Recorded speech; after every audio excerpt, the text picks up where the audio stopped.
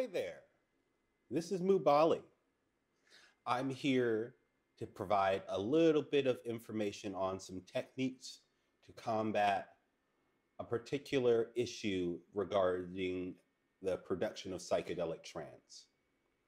And this one is in particular to creating MIDI parts for your leads. So let's say you want to have the lead. You know the one I'm talking about. The one that puts your hands in the air, makes everybody freak out, everybody's going crazy. You know that lead. You got the sound, or at least you think you got the sound that you want. But what pattern to use? How do you want this lead to play? What's it gonna do? Is it gonna be constant and driving? Is it gonna be more sporadic and playful? Is it gonna be little stabs here and there? What to do? How to go about it? Well, I want to talk about a few techniques, including some of the traditional methods, and talk about some of their strengths and some of their weaknesses, as well as some approaches that I have encountered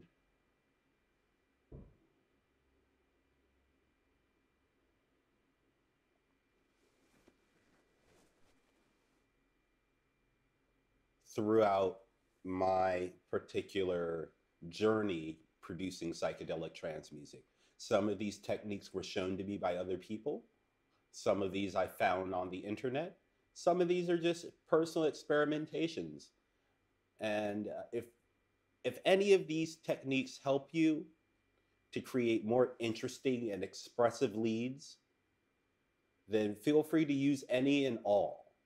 If not, feel free to discard whatever you cannot use. The information is just there for you. Okay, so what I want to talk about is we're going to start with the traditional methods of creating a lead. And it really boils down to primarily two methods.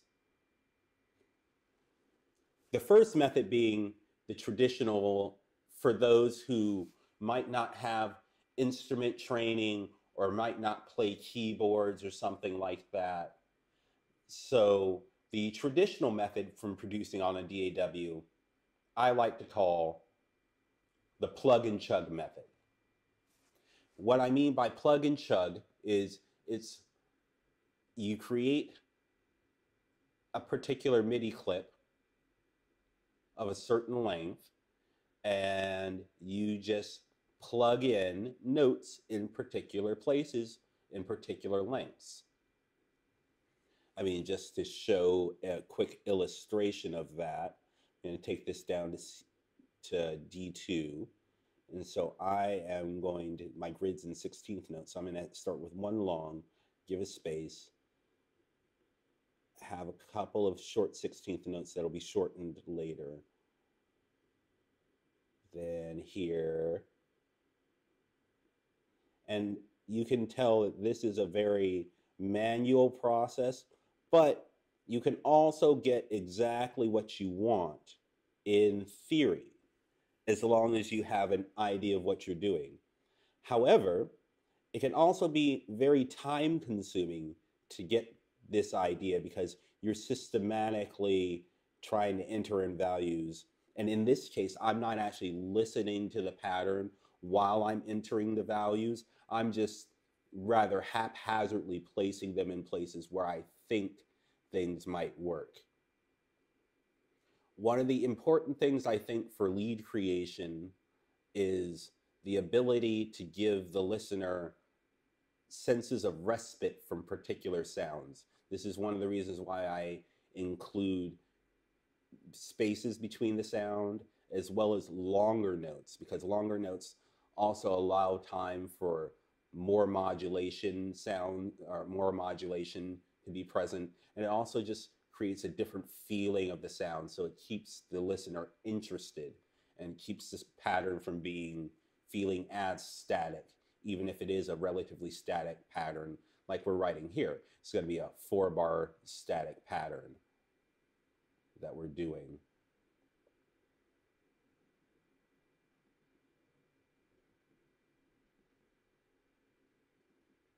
So I could continue on, but what we'll do is we'll just make it a 2-bar pattern and call it a day. So that's the traditional plug and chug method. What I've done ahead of time is I've provided a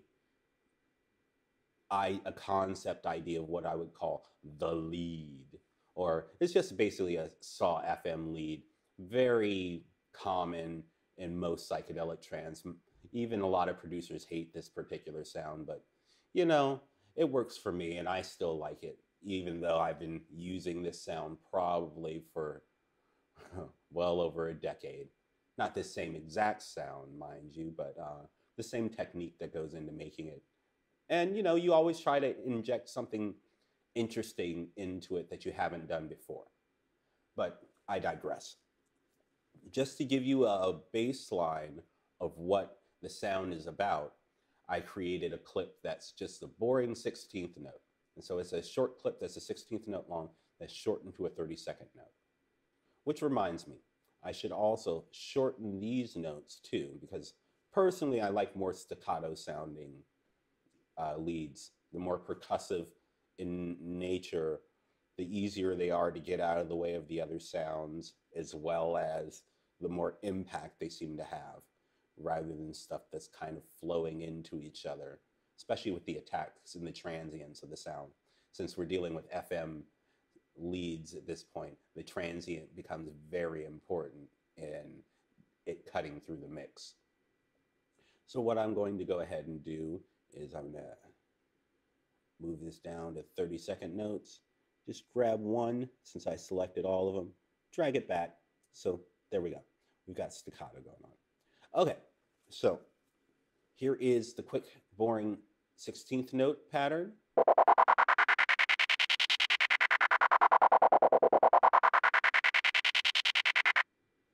So yeah, very boring, just straight 16th notes. I mean, sometimes boring can be effective, and in fact, later on in this video, towards the end, I might talk about some strategies that you can use to take this from being kind of boring and predictable to being a little more sporadic and slightly chaotic and maybe even more interesting. But we'll get there later. Okay, so we have this plug and chug. Let's see what we got.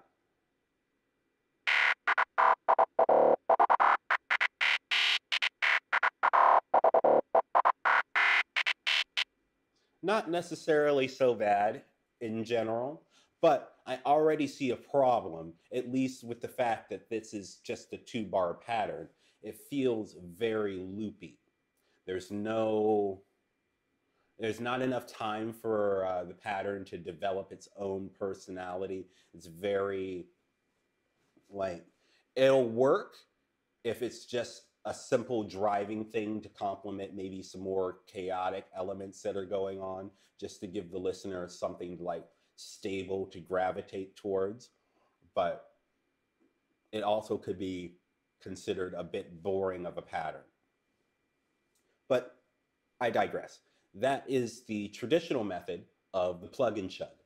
Now, if you were more musically inclined, for instance, maybe you played keyboards, maybe you played an instrument, you have a way to input MIDI from an external source, or even not, you could just play in your parts.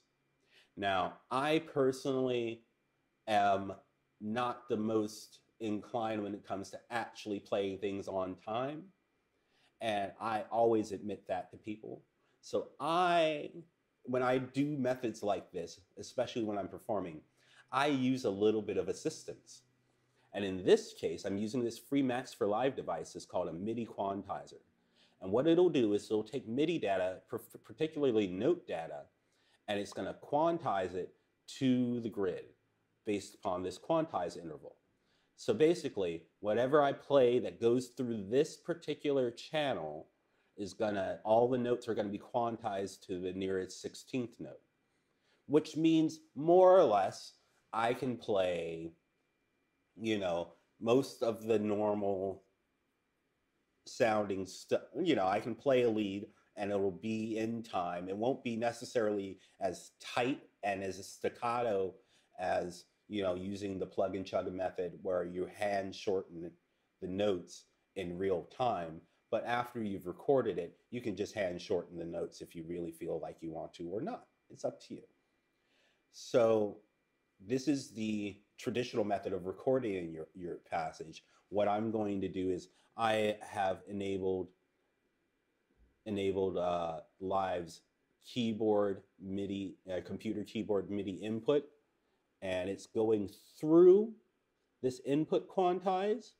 And while this channel says no output, it allows the channel that has serum to read from that channel. And I have it record enabled, so I can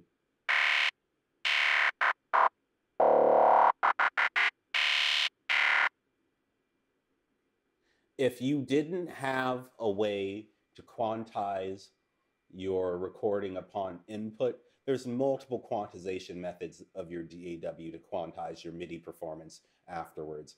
I suggest you consult your manual. Since I'm doing it in this manner, I don't have to worry about that particularly, and I can focus more on the performance itself rather than thinking about how the quantize might alter the performance afterwards. So it's to each their own, and there's multiple methods of going about it. But if you are using Ableton Live in this particular case, and you do have the ability to use Max for Live devices, this is a freeware device, and it can be pretty handy. So give it a shot. So yes, so what we're going to do now is we're going to set up and we're going to record. We're going to record a little jam in, and I'm in D. Yep. This is the right note to be playing, and we're going to just go.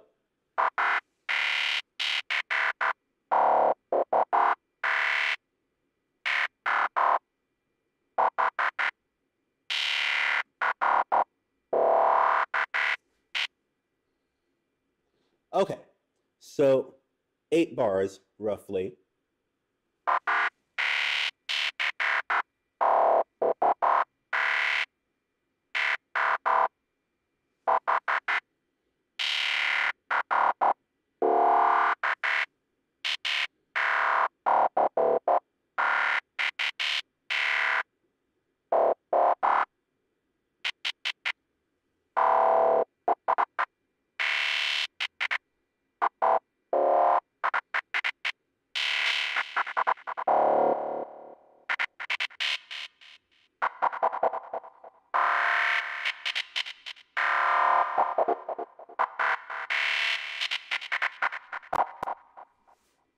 Not necessarily a bad method of generating a lead.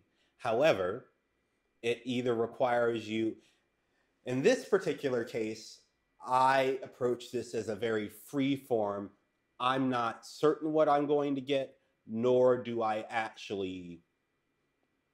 it really important what I actually get. It's more like just seeing what it gives you, or like, you know, whatever you're feeling at that particular moment. If you were trying to, let's say, play a specific pattern, then that might be a little more challenging. And that might lead to things taking a significantly longer for you to generate some at least relatively usable results. In this particular case, we're just not really particular about what the end result is in theory, because we're just exploring the concepts. So those are the two traditional methods that are used for lead creation. And in this particular case, if you haven't noticed, I'm not even dealing with melodic leads. We're not even going to get into melodic theory.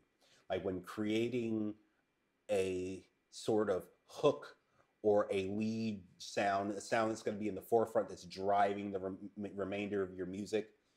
Whether melodies require two parts, they require rhythm as well as notation. And we're not going to talk about the notation aspect of it for this particular video. And maybe in future videos we'll talk about that aspect of things, but that is not necessarily my strongest suit. However, the rhythm aspect, this is something I've been experimenting with in my own productions for many years now, especially since moving over to Ableton Live as my primary digital audio workstation. So we're going to take a short break, and when we come back, I'm going to provide you with some alternate ideas, some alternate techniques that you can use to help you create your leads. Stay tuned. And we're back. So we went over the traditional methods of creating the lead or aggressive driving main hook style leads for psychedelic trance. Now let's talk about some potential alternate techniques to assist with lead production.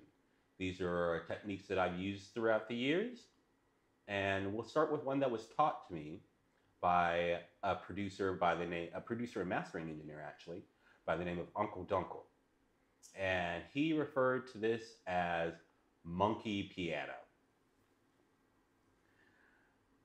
It's a pretty loving term, honestly. It's pretty funny. The basic concept of the monkey piano really takes both aspects of the two traditional methods of plug and chug and playing in your notes and combines them. Basically, the way it was explained to me was, rather than worrying about trying to play the faster staccato rhythm aspects of the lead, just play the accented long notes that are going to be the more expressive aspects of the pattern, and just play those by hand. Or if you're lazy or don't have the ability, you can just draw those in by hand, but you have to exercise care. Otherwise, you might run into some of the same problems with the plug and chug method if you end up placing your long notes always in the same place or roughly in the same place. Over the course of your career, your patterns will become very distinct, and you might not always want that. So I would say the monkey piano works best if you have a longer passage to work with. I would say longer than, 8 bars preferably. This is only my personal methodology. The way that I learned it was basically like with a short section of like 8 bars or something like that. And so what I'll do is I'll show you the monkey piano method for 8 bars, and maybe we'll do something for a longer duration just to show the differential between the two techniques, at least in the result that you'll get. So what he suggested for the monkey piano is to just play your long notes in.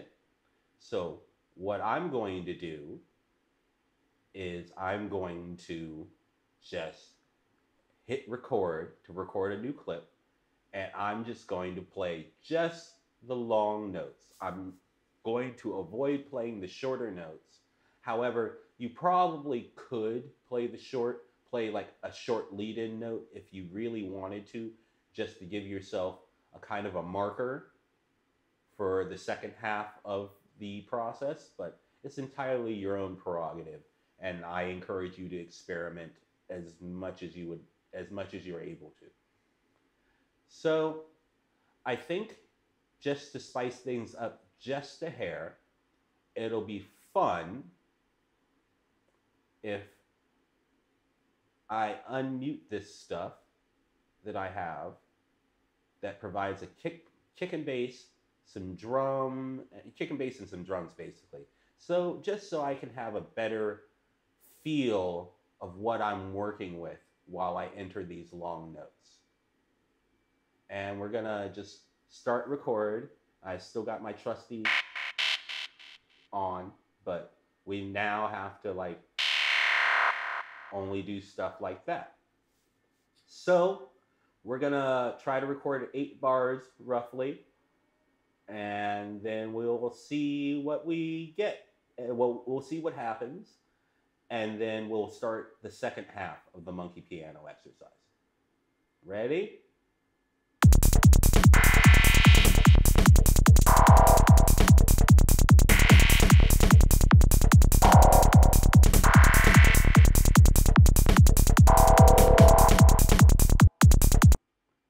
Okay, so now I have all these parts recorded in that are long notes.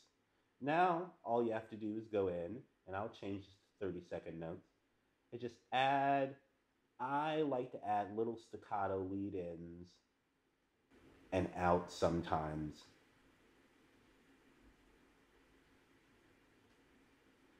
And feel free to shorten those long notes too, if you want to. So I got that. Maybe that one. Okay. So you still have elements of the plug and chug method here, where you're still deciding, you know, what you're gonna do. But you've given yourself a little bit of framework to work in.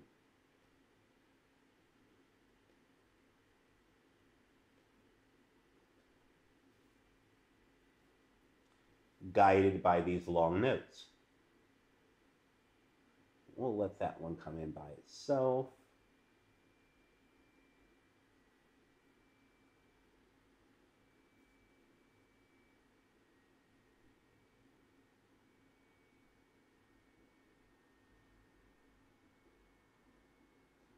Every once in a while, it's good to just give a few short notes, just to keep the listener interested.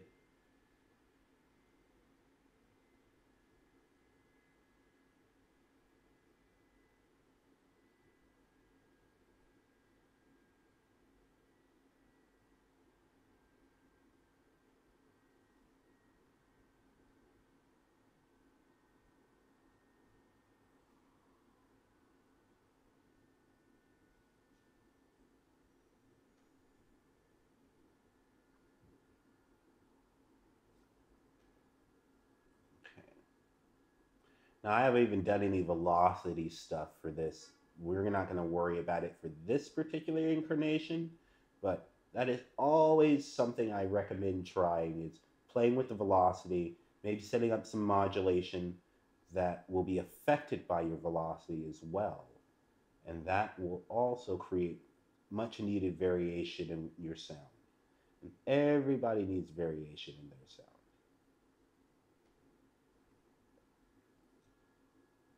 Even if it's subtle.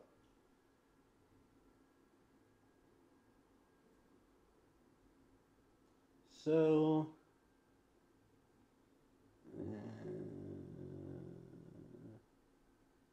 let's give a couple,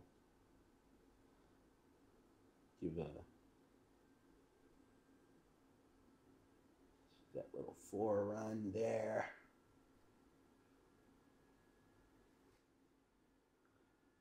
You're wondering what key command I'm using to change between the arrow cursor tool and the pencil or pen tool. It is the B key command. It never hurts to read the manual on the software that you're using. You can discover some interesting stuff. So I always thoroughly recommend that you read the manual. Even if you think you know something, reading the manual just helps you maybe find things a bit easier. So, okay. So now we've done, let's call this monkey piano short.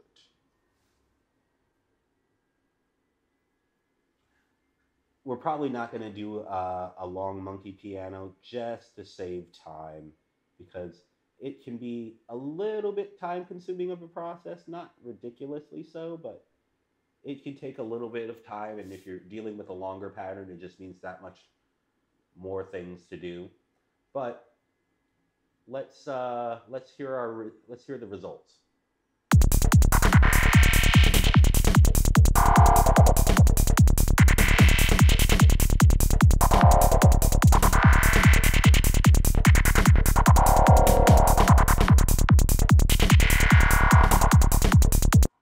Not too bad.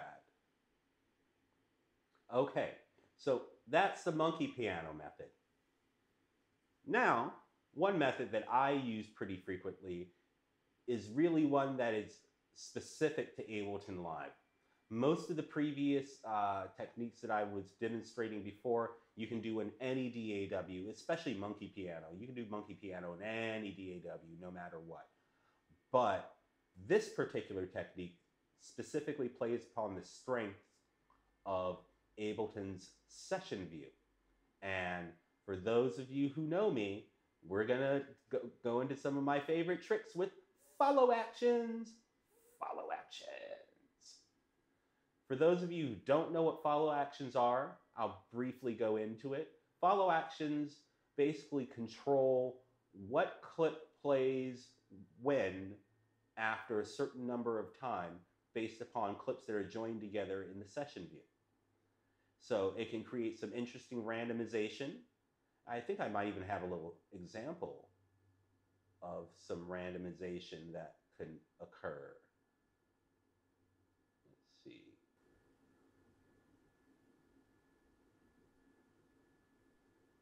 Oh, I'm looking at the wrong thing. Okay, yeah, I do have, no, these do have follow actions, but they're proceeding in a specific pattern. So let's see, is this, okay, this one's more random. So let's use this.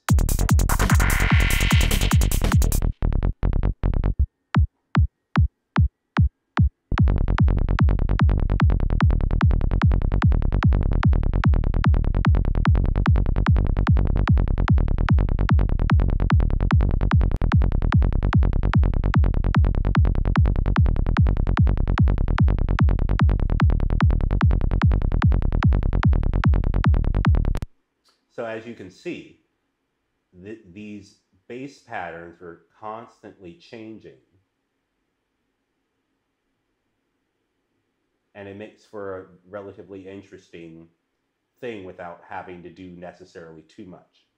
So what we're going to do is we're going to take that same concept and we're going to apply it to creating a lead. So what I like to do, and there's so many variations that you can do on this, it's not even funny, but we're just going to go with the most simplistic example that I can provide just to make it easy. So, and I think we're only going to use 4 clips to do it. So we're going to start with the first clip, which is going to be a D2, and this one's going to be short.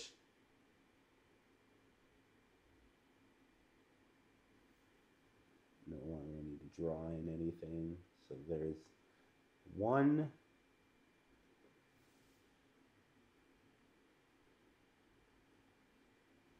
Okay, so that's the 16th note.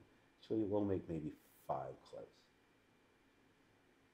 Okay, so now we've just duplicated it. I'm going to stretch it out. Now it's 2. This is now an 8th note. But you notice that it's slightly shortened, so it's still going to be staccato. And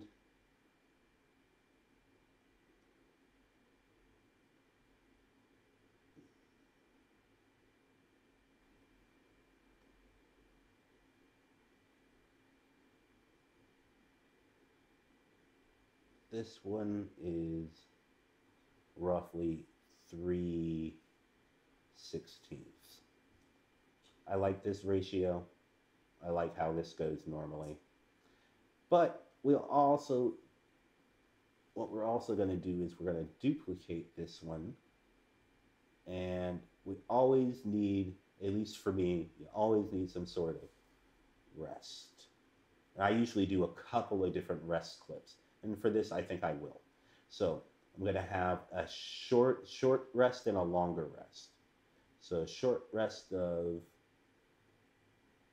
maybe an eighth note, and then a longer rest of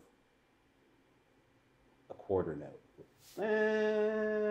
Maybe a half note to really space it out a bit better. Yeah, we're going to do a half note rest.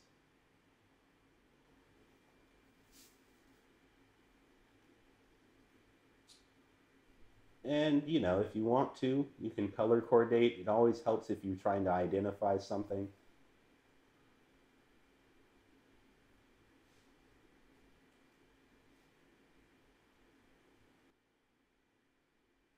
So with this copy of the 116, we're going to go down here to follow actions.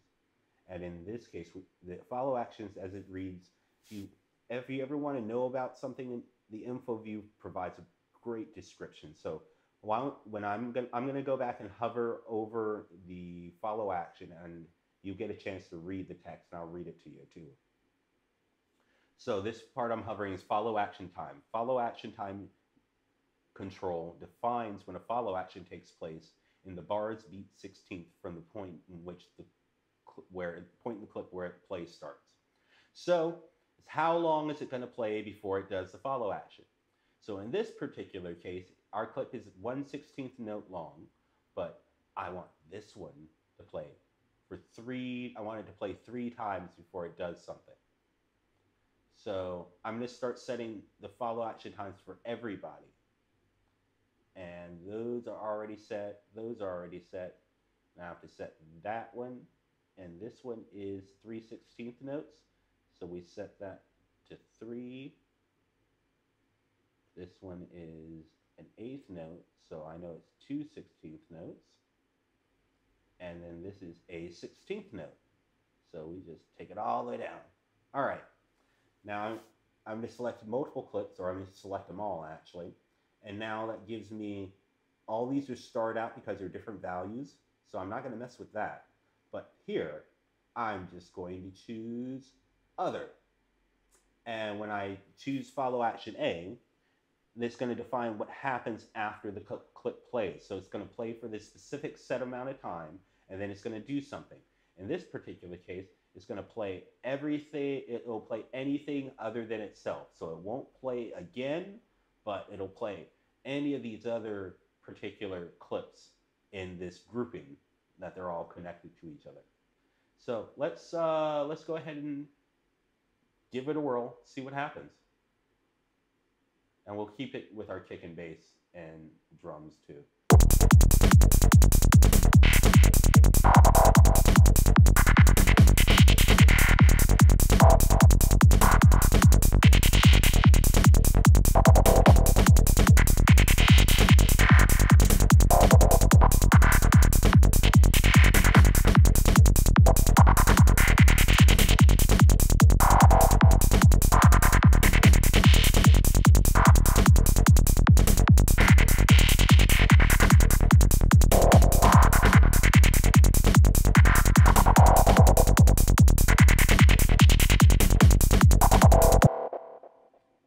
Not necessarily so bad, huh? So, okay. So let's say you liked what you were hearing and you wanted to record it. What I've done ahead of time is I've set up a MIDI channel, and it's just a blank MIDI channel, and it's reading MIDI from the Serum channel after the effects, which is fine. You could probably run it before the effects for this, but it doesn't really matter in this particular case. So I've just set the auto in, even though I could just turn it to off, it's fine. And it's also record enabled as well along with this. So now we can just hit record.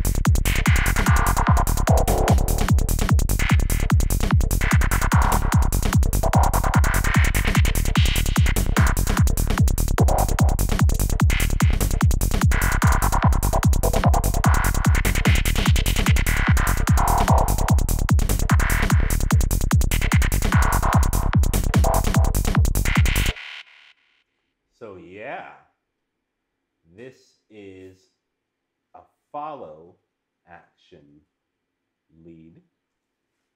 So that's a pretty interesting pattern out of something that's slightly chaotic, but it sounds pretty orderly.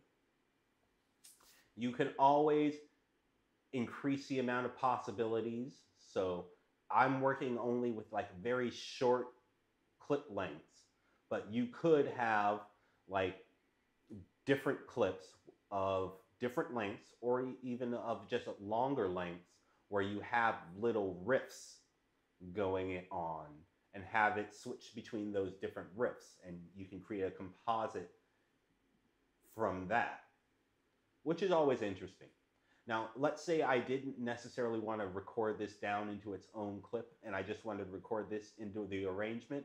All I have to do is, at the point of which in the arrangement that I want it to be recorded, I just hit the record button while this is going, and while this is triggering. And if it's not playing, for instance, you just, while it's playing, recording.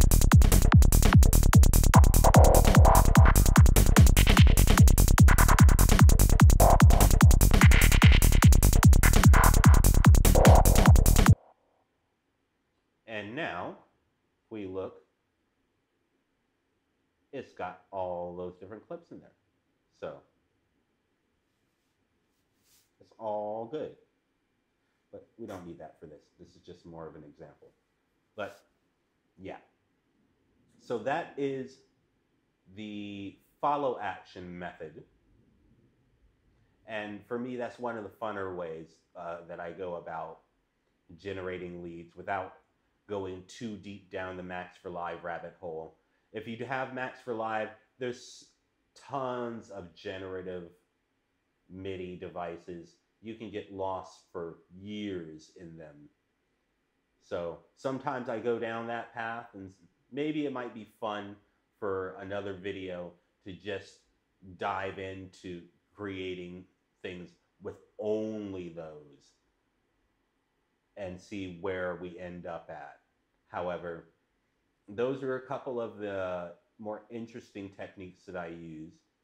However, there's also one more technique that I want to talk about that can be used in conjunction with all of the other techniques. And it's called the subtractive method. What do I mean by the subtractive method?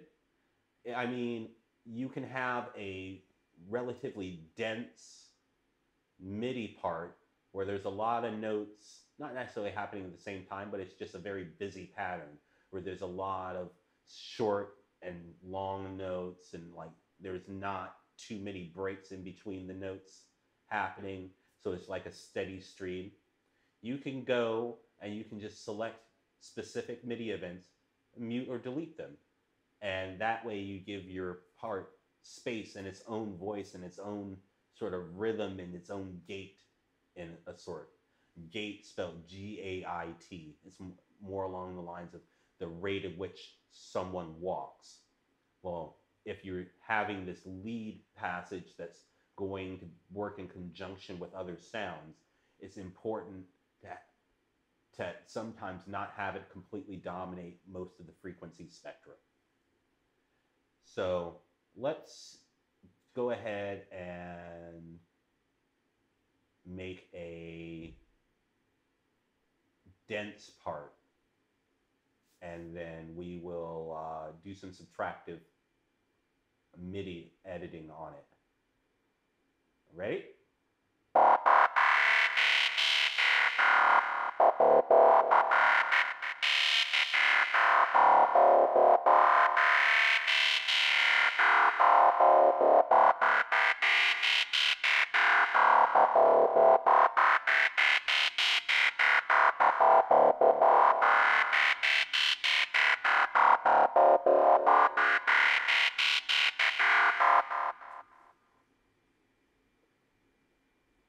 Okay, so we've got a part,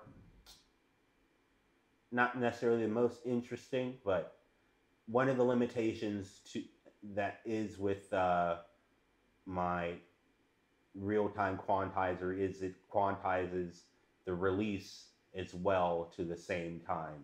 So one of the to-do projects is to have it accurately release at a shorter note length, so I can have it quantize the input to the nearest 16th, but upon note release, the note release quantizes to the nearest 32nd note or nearest 64th note or something like that, just so I can have instant release.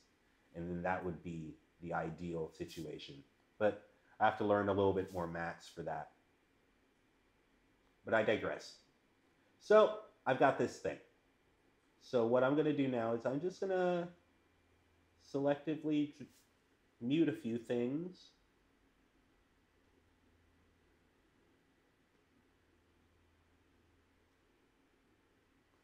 Actually, what I think I'm going to do is rather than selectively mute things, what I'm going to do is I'm going to select them and I'm going to bring them an octave up.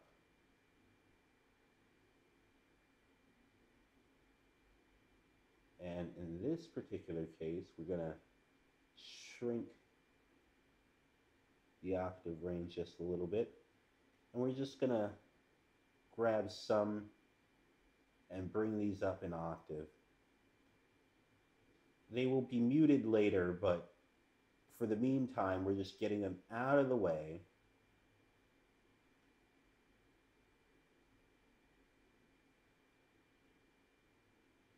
Because they are useful to us, but not necessarily for this entire sound are those notes useful to us. They can be assigned to a different sound, and these sounds will, in theory, play together this beautiful pattern split between two particularly different instruments, which is a good trick.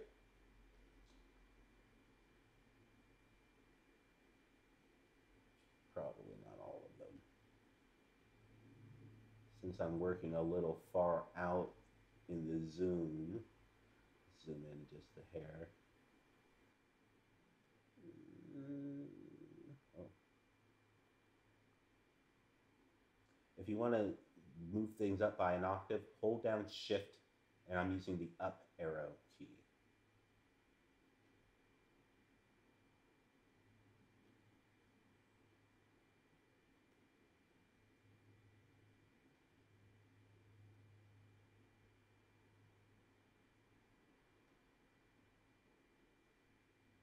Sometimes this could be a little time consuming, and it depends on your patience, but sometimes doing the hard work pays dividends.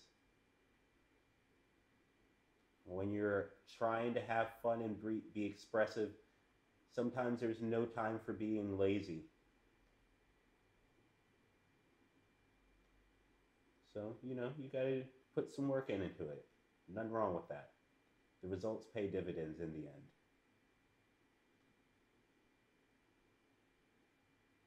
Even if your approach might resemble a Pollock painting.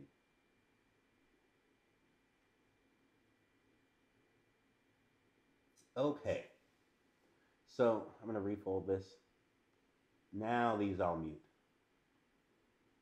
So now I've become, we're going to call this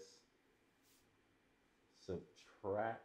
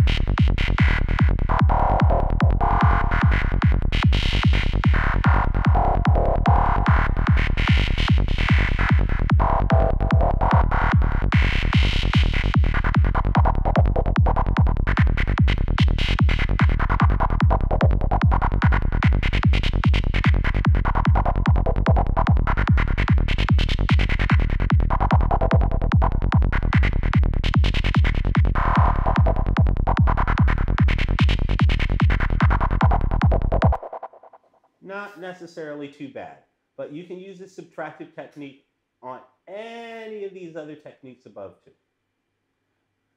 So, one last thing for fun with Max for Live. You know this boring 16th note pattern here? There's something we can do that's, pretty easy if you know where to look. And I will place links for these Max for Live devices. They're free. So I'll place links for them in the description for you to grab them if you feel so inclined. And I think I might have named this one a little bit differently. But I'll find the original name for it. So in this particular case, I have something called I call it the probability gate. What it does is it'll read a MIDI note and it'll decide whether or not the note's gonna play or not. And right now it's set up to be like a 50% chance, but you can adjust that however you want. The lower the percentage, the more sparse it's going to be. A higher percentage, the more like the original note information that you're sending through it's going to be. So I'm sending the boring 16th notes, and let's see what happens.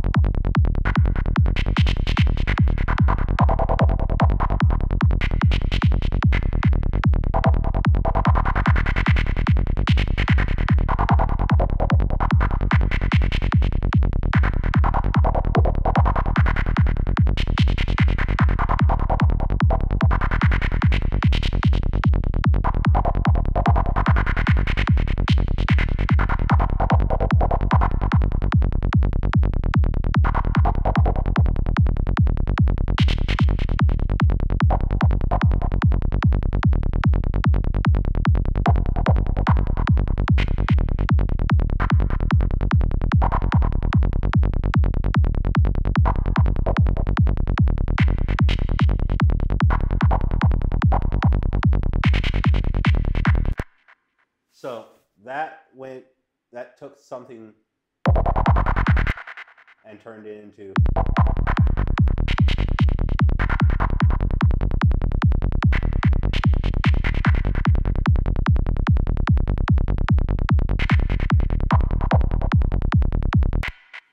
Okay, so there you have it.